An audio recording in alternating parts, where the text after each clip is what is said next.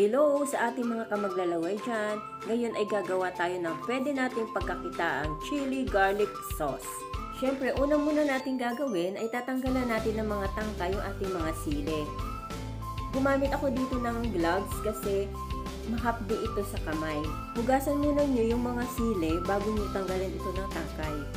Ang ginamit ko dito ay food processor at pwede kayong gumamit ng blender kung yun po ang available sa inyong mga tahanan. Pinagsama-sama ko lang yung ating mga sili, bawang, at yung ating cooking oil. Pwede kayong gumamit dito ng kahit anong klase ng oil na gusto nyo.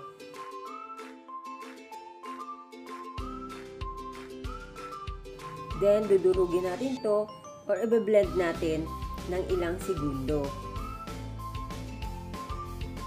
Guys, wag natin masyado itong durugin or i-blend para may makita tayong bits ng garlic at ng ating chili.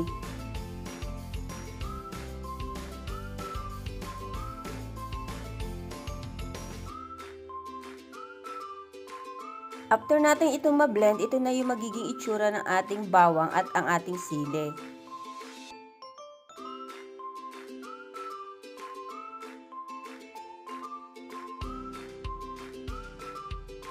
Isasalang na natin yung ating chili garlic oil sa mahina at katamtaman lang na apoy habang tuloy-tuloy yung ating paghalo. Huwag na natin itong iiwan kasi madali itong masunog.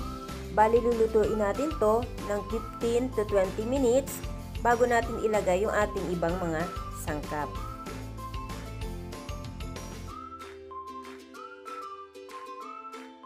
After a few minutes, unti-unti nang kumukulo yung ating mantika.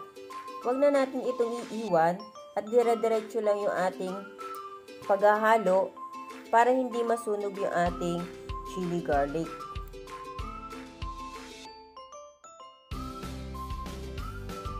After 20 minutes, ito na yung ating chili garlic oil. Makikita nyo na nag-iiba na yung kanyang kulay. Then kung makikita nyo yung chili natin, medyo luto na at nagda-dry na. So, pwede na natin ilagay yung ating ibang ingredients. Gaya ng 1 tablespoon na asin, 1 teaspoon na paminta, at 1 tablespoon na oyster sauce. Ito po ay optional lamang.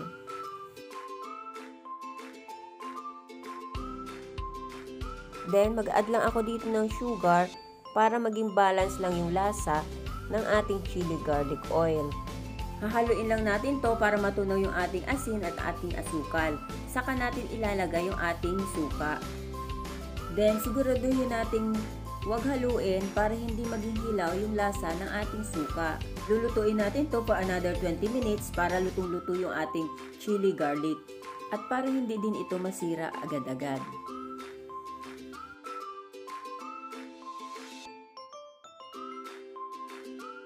And after 20 minutes, luto na yung ating chili garlic oil.